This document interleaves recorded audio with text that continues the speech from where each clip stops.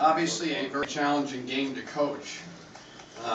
We played 6 guys, and a lot of guys. Stephon Sharp never plays the 1, and we played him at the 1 for 39 minutes. Charles Buggs never plays the 2. He played some of the 2. Murphy hardly plays the 3. He played some 3. So we had to adjust to the situation, and it was challenging. I thought we showed great fight. I thought we showed great heart. I thought our guys competed to the last possible second, but I think what it did was it came down to live ball turnovers and fouls. And some of it was the ball handler's fault, but a lot of it had to do with not executing screening well, running your hands into the ball. But I can't fault our guys because a lot of those guys were in offensive positions that they normally are not in. We're normally a 2 to 3 guard lineup, a hard driving pick and roll motion team, and we had to really change all that on the fly due to some difficult decisions. So give them credit. I thought they played really well, and they really took us out of what we were doing in the second half from a pressure standpoint. So they responded well. But I am very, very proud of those 6 guys and the heart and the fight that they showed. Questions? Please raise your hand. We've got mics on both sides. Over here, Rich. Would you have liked to seen Charles Buggs shoot more involved in the offense? Yeah, he really loses confidence throughout the course of the game. He makes a 3, and then like his next touch, he's wide open, and he doesn't shoot it, he drives it. Just trying to get him to mentally stay confident. It can be a bit of a challenge. He gets frustrated, gets down on himself. But yeah, we needed something from everybody that was in the game if we were going to be able to hang. And obviously we didn't get that tonight.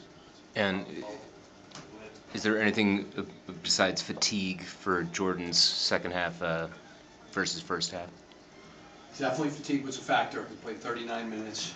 I will say, give them credit. They did a really good job of slapping down, making him pay.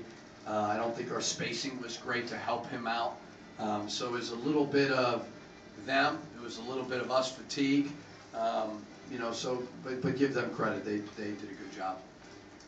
Obviously, your team came out with a lot of fire, a lot of passion. I think probably like that. But what did you see from Illinois in the second half? What was their difference? I always think when something like that happens, it takes time for the opponent to adjust a little bit. It's human nature when you see, wait a minute, 3 guys suspended. Oh, we can take our foot off the gas a little bit. I think that's human nature. Kind of happened to us versus Rutgers a little bit, and I think they regrouped and obviously did a good job in the second half of really applying pressure to our guys. So a lot of that, we wore it down. We just didn't have any bodies to sub. I didn't have enough timeouts. I wish I had more, and I would have called them. But it's give them credit too. They deserve it. Coach Pitino, talk a little bit more about Stephon's game, and considering that he came in after with just 4 points this year in 11 games. I mean, what kind of performance did he give tonight for you guys? I thought he was really good. From makes 4 threes. He's a Division I player.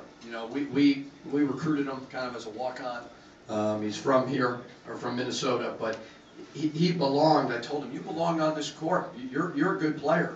Stop acting like you're not. They applied pressure, took him out of some things, but I'm proud of the shots he hit. He showed great poise, and he was fighting till the end.